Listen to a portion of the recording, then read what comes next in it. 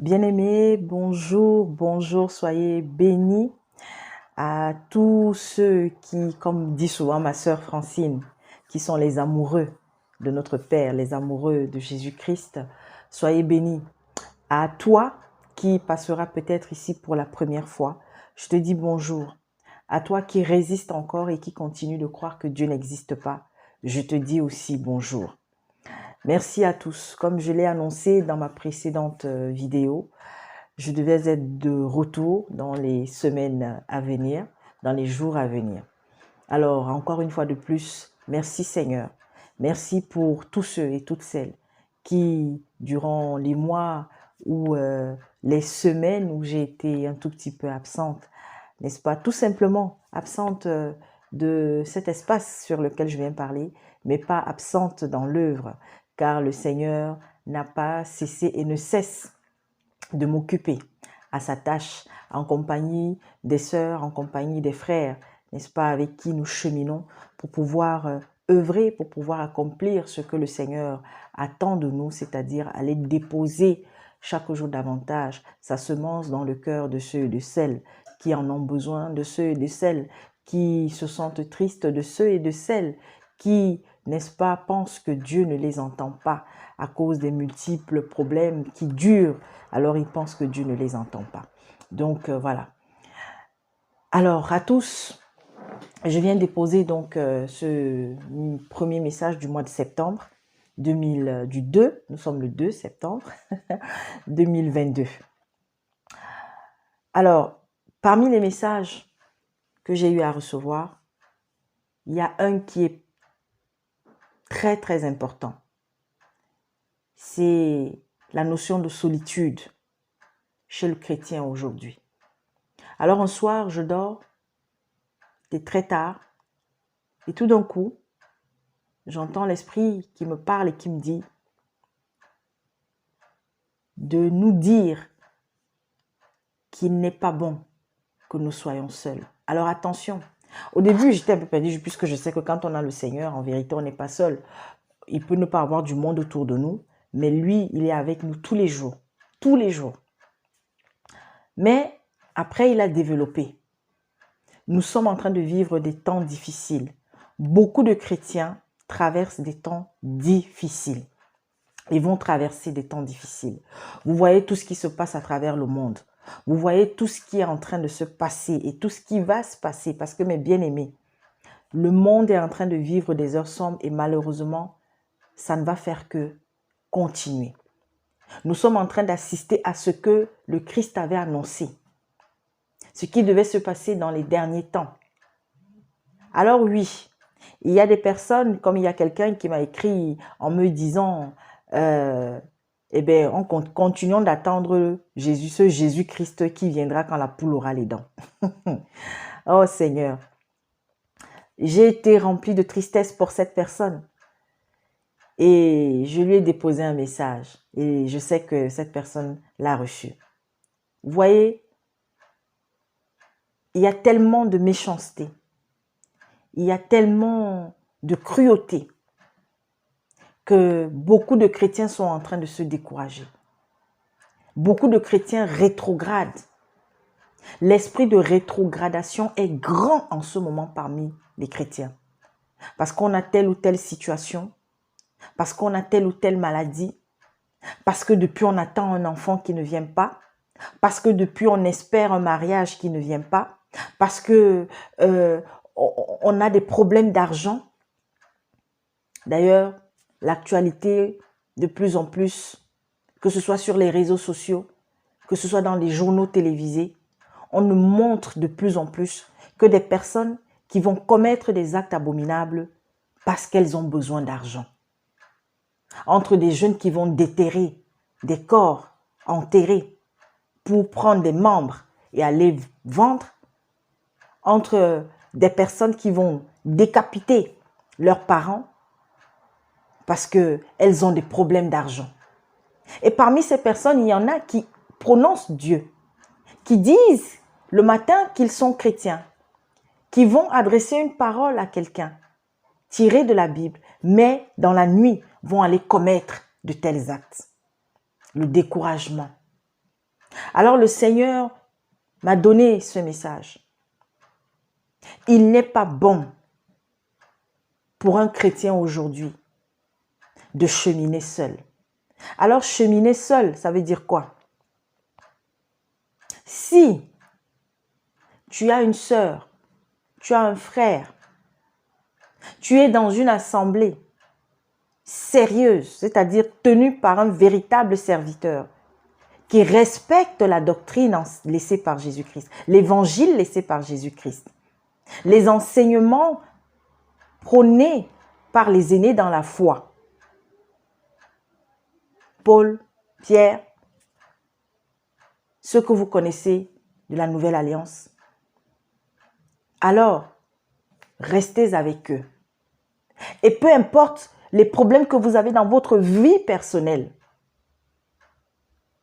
n'ayez pas peur à un moment donné de vous ouvrir. Parce qu'il y a des chrétiens qui sont en train de mourir en ce moment. Ils ont des problèmes, ils n'ouvrent pas la bouche, ils ne disent rien. Et vous êtes en train de mourir à petit feu. Alors qu'il aurait suffi de partager ça peut-être avec le frère ou la sœur avec qui on s'entend bien. Parce que dans une assemblée, comme je l'ai dit une fois dans les vidéos précédentes, on va être bien ensemble. Mais il y aura toujours une personne avec qui on va être encore un peu mieux.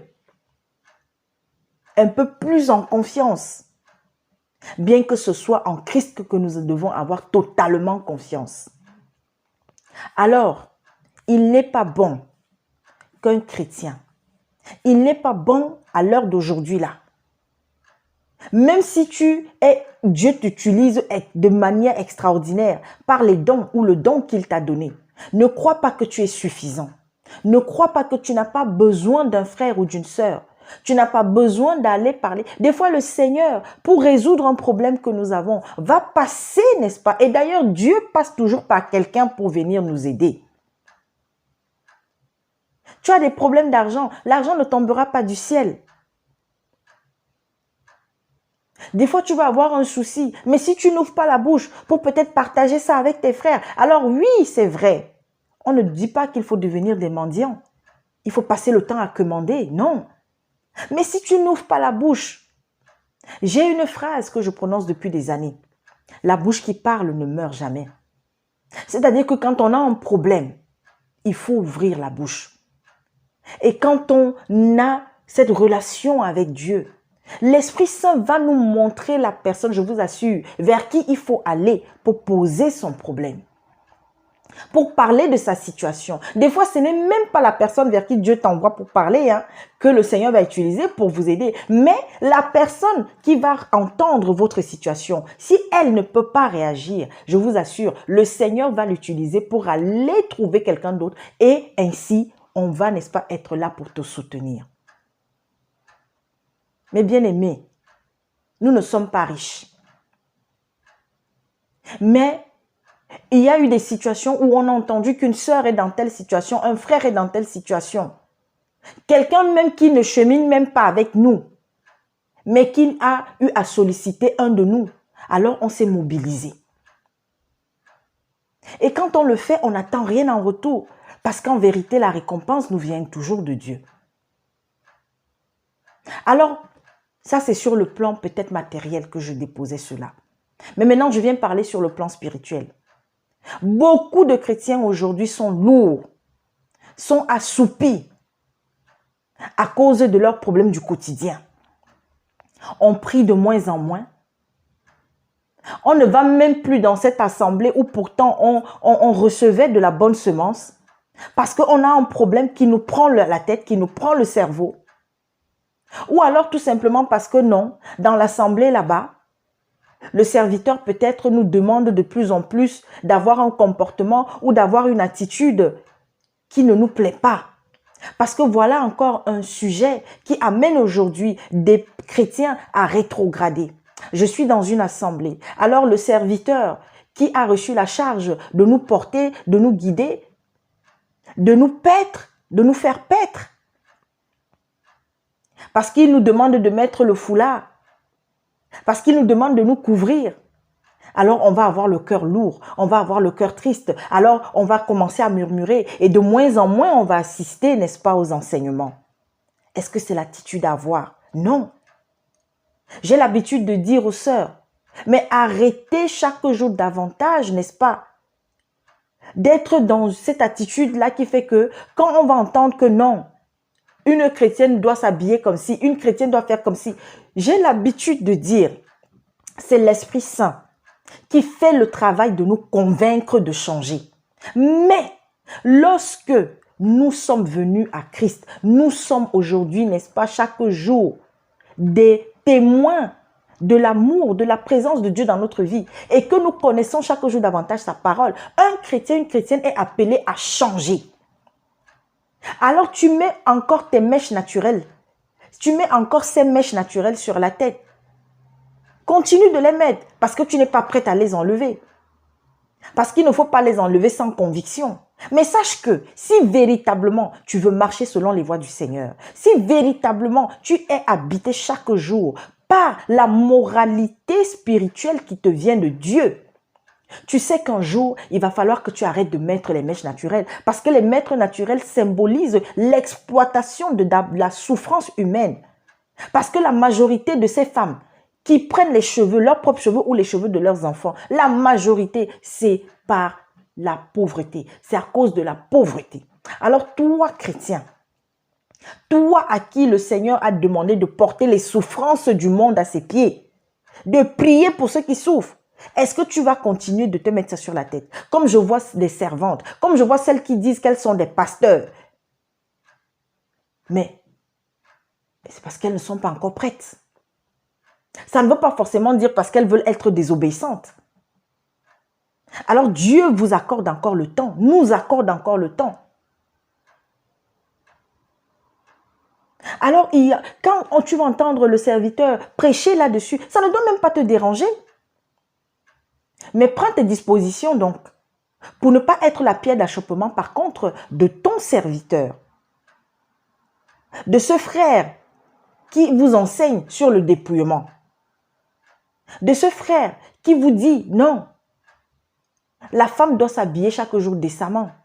Lorsque je vais être en assemblée, est-ce que je dois venir avec comme malheureusement je vois, il y a je suis sûre des frères sérieux, mais qui continuent de laisser les sœurs s'habiller n'importe comment.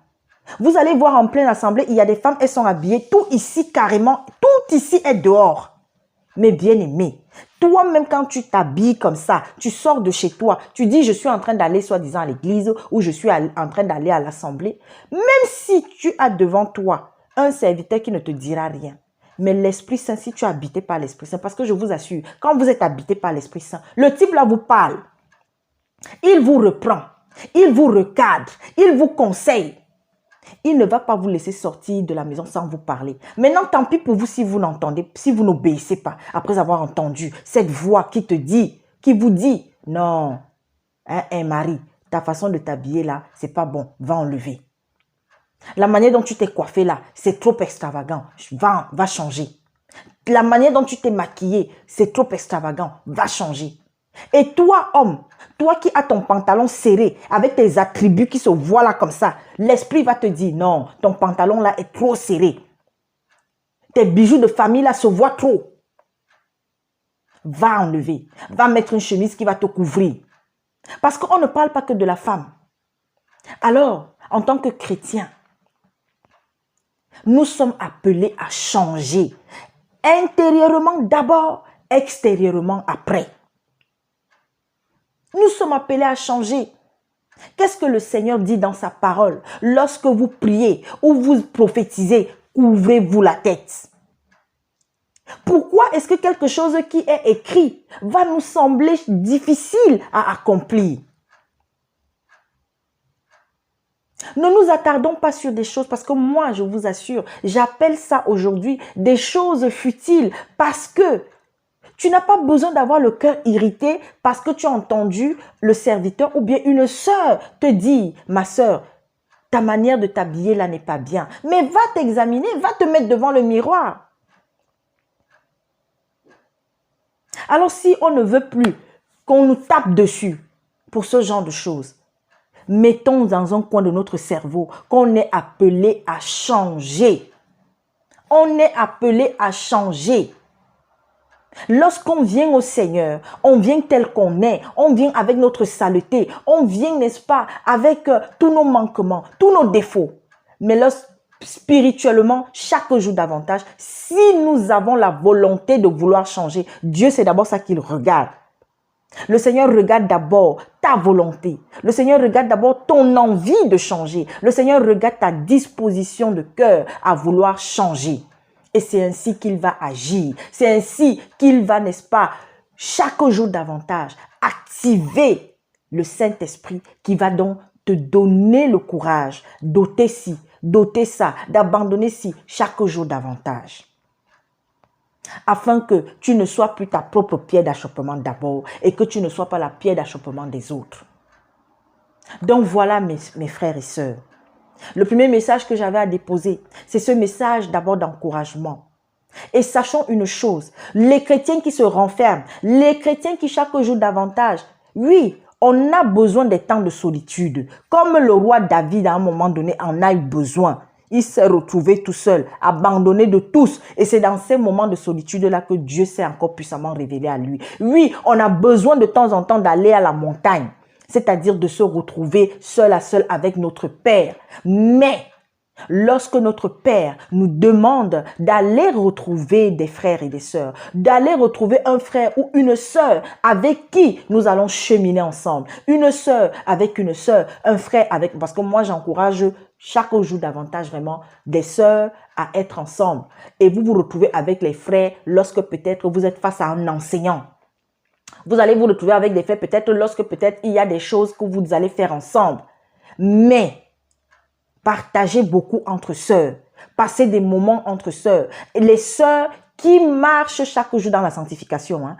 Pas les sœurs qui, au bout de 2 ans, de 3 ans, de 4 ans, de 5 ans, sont toujours dans le commérage, dans la critique pour critiquer, dans les insultes, hein, qui elle partage avec vous sur la colère, mais c'est elle le soir qui va être en colère, qui va, au moins de petits problèmes, elle se fâche, elle s'énerve, elle quitte la séance, ou elle vous abat, ou bien, voilà, vous, non. Ce genre de sœur, il faut fuir. Parce qu'elle ne va pas vous aider à grandir. Ce genre de frère, il faut fuir parce qu'il ne va pas vous aider à grandir. Mais soyez avec ceux qui vous aident à grandir. Soyez avec celle ou celui qui est là dans les bons comme dans les mauvais moments. Qui est toujours là à venir déposer dans toutes les circonstances de votre vie. Quand vous êtes triste, lorsque vous êtes découragé, lorsque vous êtes abattu, il a toujours le mot, il a toujours la phrase, il a toujours la parole qui vient vous apaiser au nom puissant de Jésus-Christ. Aujourd'hui, dans beaucoup d'assemblées où Dieu n'est pas là, où c'est l'autre qui règne, ils sont nombreux, ils sont solidaires, ils sont ensemble. Mais les véritables serviteurs, eux, ils se divisent, ils se détachent, ils sont dans des divisions pas possibles. Ils sont dans une espèce de concurrence. Vous faites la concurrence par rapport à quoi? Le corps du Christ a plusieurs membres. Mais nous nous complétons. Alors j'ai mon frère qui est enseignant de la parole. Je dois l'encourager dans son ministère. J'ai mon frère qui est, n'est-ce pas, qui a reçu le don de prophétie. À chaque fois que ce frère ou cette sœur viendra me donner peut-être un message, j'examine. Et lorsque je crois et lorsque je reconnais la main, la patte de mon père dans le message que ma sœur ou mon frère a reçu, que j'aille le donner. Et si dans le message que ma soeur, mon frère a reçu, il y a quelque chose peut-être qui ne va pas, alors je me dois d'aller parler, partager, exhorter, tirer peut-être ce qui ne va pas dans ce message, afin de laisser ce qui est propre en bas. Mais non. Aujourd'hui, il y a des serviteurs, vous leur portez un message. Le message, ce n'est pas que pour lui. Il va le garder pour lui. Il ne va pas le partager. Parce que peut-être, je ne sais pas, il estime que non. Quand on donne un message, ce n'est pas pour faire plaisir à la personne à qui on le donne. Surtout lorsque le Seigneur nous demande de donner le message au monde. Il faut le donner. si c'est un message qui correspond à la parole du Seigneur. Parce que tout ce que nous allons recevoir comme prophétie, comme message annoncé, je vous assure, c'est toujours, ça dit que ça doit toujours avoir la base biblique.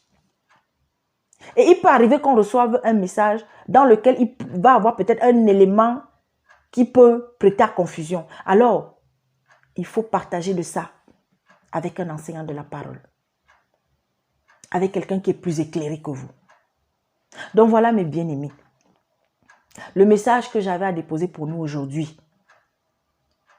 Je vous assure, les temps sont difficiles et vont être de plus en plus difficiles. Les satanistes sont dehors comme jamais. Comme jamais. Nous devons nous réveiller. Ce n'est pas le moment d'être seul dans son coin. Il y a notre intelligence qui va nous amener à nous faire croire que non, je n'ai pas besoin des autres. Mais dans toute famille, il y a des hauts, il y a des bas, mes bien-aimés. Que quelqu'un ne vous trompe pas. Ce n'est pas parce que je serai au milieu de chrétiens que ça veut dire qu'il n'y aura jamais de problème. Je vous l'avais dit une fois dans une vidéo. Il faut même qu'il y ait des problèmes. Pour que chaque jour davantage, on puisse voir si cette parole que le Seigneur avait dit, pardonnez. Celui qui ne pardonne pas, je ne vais pas lui pardonner. C'est ce que Dieu dit. Hein? Parce qu'il y a des chrétiens encore aujourd'hui qui ont du mal à pardonner. Sincèrement. Parce que quand on dit qu'on a pardonné à quelqu'un, ça doit se voir. On revient vers le frère. On revient vers la sœur. Nous sommes faits de chair pour le moment. Et la chair un jour peut nous conduire à faire des choses pas bien. Je l'avais déjà dit plus d'une fois. Lorsqu'il y a un malentendu entre des frères, entre des sœurs, il faut en parler.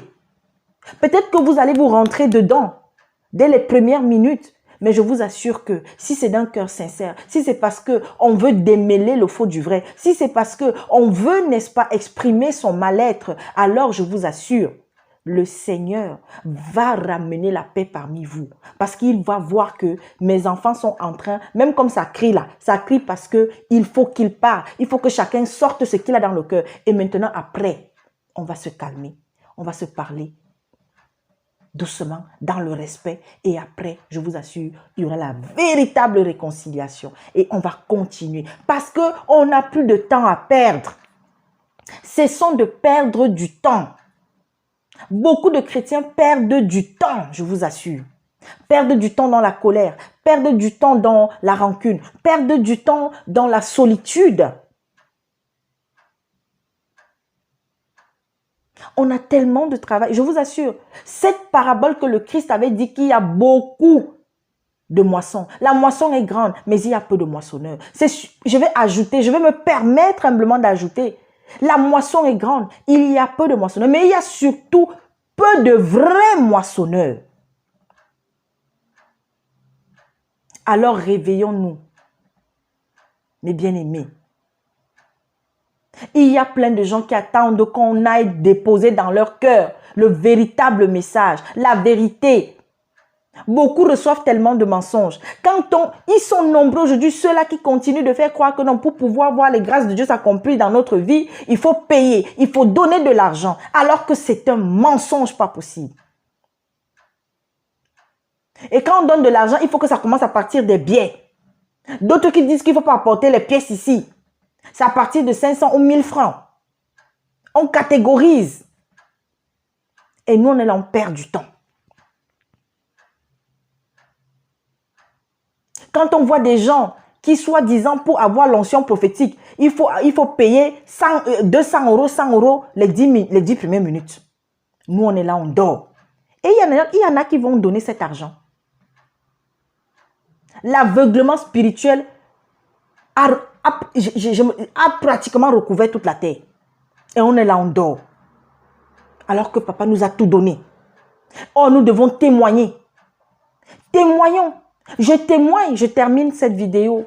Je termine ce message par ceci, par ce témoignage. Que Dieu m'aide d'ailleurs, désormais à chaque fois de devoir déposer un témoignage. Mais bien aimé, vous ne pouvez pas imaginer comment le Seigneur n'a pas arrêté, n'arrête de bénir, de me bénir de manière exponentielle. Alors que je dis, est-ce que je mérite cela? J'ai eu des situations et je me suis mise devant papa. J'ai prié. Je ne vais pas loin. Dernièrement, je devais me déplacer en famille pour aller dans un autre pays parce que toute ma belle famille se réunissait de ce côté-là. Et c'était la première fois que toute ma belle famille et moi, on devait se voir. Parce que quand je me suis mariée, il y avait une toute petite partie. Mais la grande partie n'a pas pu se déplacer et venir. Alors, c'était la première fois que les membres de ma belle famille directe, c'est-à-dire ma belle-mère et ses enfants, devaient tous être réunis au même endroit, ici à l'étranger. Je vous assure, mes bien-aimés, quand on nous a... parce qu'on a demandé qu'il faut absolument qu'on soit là, je n'avais même pas, on n'avait même pas 100 € pour ce voyage. Mes bien-aimés, écoutez bien. C'est pas que je suis allée demander. C'est pas que je suis allée toquer. On a eu 2, 3, 4, 5, 6 fois ce qu'il nous fallait pour le voyage. Pourquoi? Parce que le Seigneur, la nuit je dors.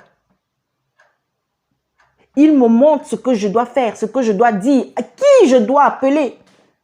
Mais même quand d'ailleurs, une des personnes qui a eu à nous tendre la main, je ne lui demandais même rien.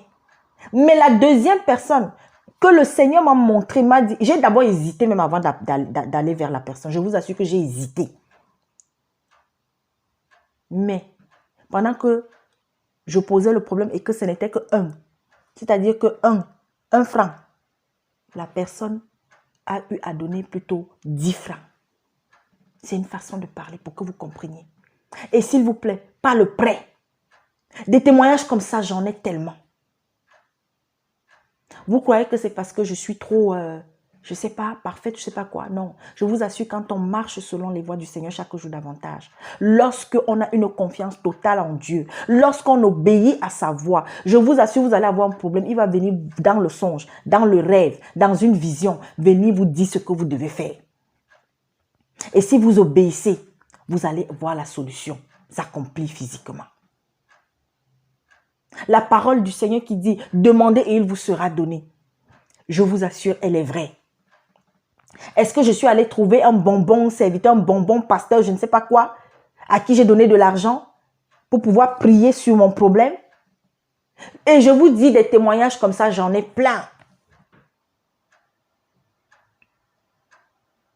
Où j'ai un problème le matin. Je me lève avec ce problème, je dis « Papa, voici la situation ». Et avant la fin de la journée, le Seigneur, il résout le problème.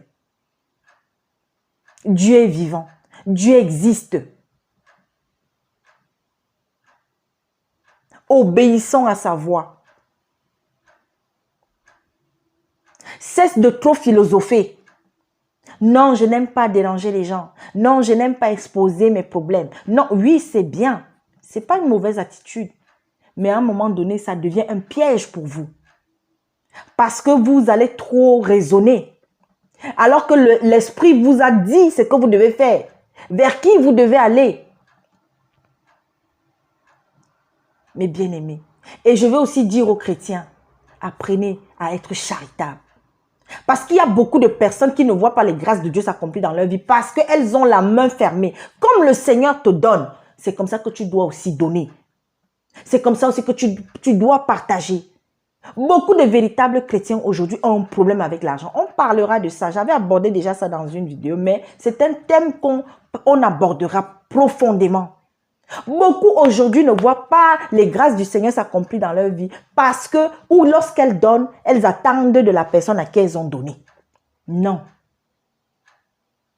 Quand il y a une situation et qu'on dit voilà la situation, voilà un frère, voilà une soeur qui a un problème, qu'est-ce qu'on peut faire? Ne regardez pas la quantité d'argent. Ne regardez pas. Déjà, commencez par porter la personne en prière. C'est le premier acte d'amour. C'est le premier acte de charité. Ensuite, même si vous pouvez prendre 5 francs et donner. L'autre donnera peut-être 10 francs. L'autre peut-être viendra donner 50 francs. Il y aura un qui donnera plus que vous, mais ne regardez pas ça. Parce que ce que vous mettrez, c'est au nom de tous que vous allez le faire. Et bien aimé, je ne peux pas témoigner à la place des autres. Mais je vous assure, j'ai encore vu la manifestation de Dieu dans le milieu où je suis en train, n'est-ce pas, de cheminer avec des sœurs, avec des frères. Dans la vie des autres. Alors qu'il y en avait qui avaient des problèmes sérieux, ne savaient même pas comment la situation allait se résoudre. Mais Dieu a agi au travers des frères et des sœurs. Mais bien aimés, cessons de nous lamenter. Cessons de croire que Dieu ne nous entend pas. Cessons de croire qu'on n'a pas besoin des autres frères et sœurs et qu'on se suffit. Jésus-Christ, quand il est allé au désert, il a passé toute sa vie au désert. N'est-ce pas, il est sorti du désert? Quand tu dis que tu vas à la montagne, tu es dans ta solitude. Mais il faut que tu sortes de ta solitude. Va trouver des frères et des sœurs.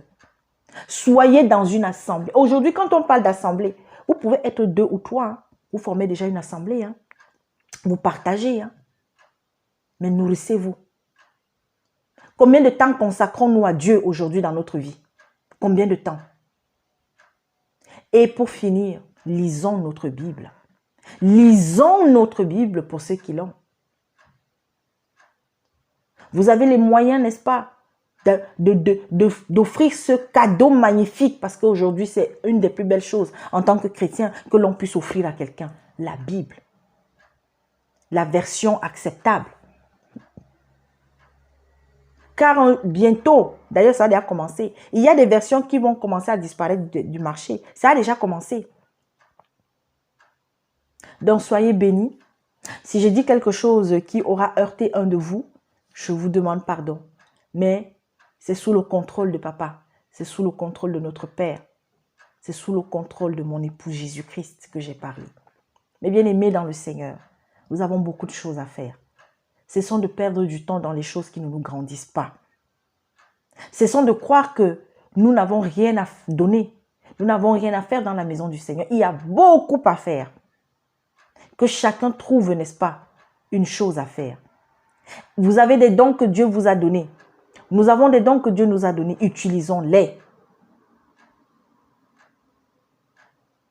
Et surtout, soyons épanouis dans notre foi chrétienne. Il y a des chrétiens qui sont toujours tristes, même si tu as des problèmes, que ce soit de santé, que ce soit d'argent, de travail. Mais bien aimés, soyons heureux d'être dans la présence de Dieu. Soyons heureux de voir la lumière du jour, parce que lorsque nous sommes en vie, c'est que Dieu attend que nous accomplissions quelque chose. Je l'ai dit, je le dis et je le dirai toujours. Le souffle de vie que Dieu accorde, que ce soit aux païens ou aux non-païens, je vous assure, Dieu attend que tu fasses quelque chose ce jour-là. Le monde va mal. Dieu, je l'ai dit dans une des dernières vidéos que j'avais faites avant de prendre un petit moment. Dieu veut entendre notre voix. Dieu veut entendre les prières s'élever. Priez. Privilégiez les prières pour les autres. Arrêtez d'être devant Dieu avec vos problèmes tout le temps. Arrêtez d'être devant le Seigneur.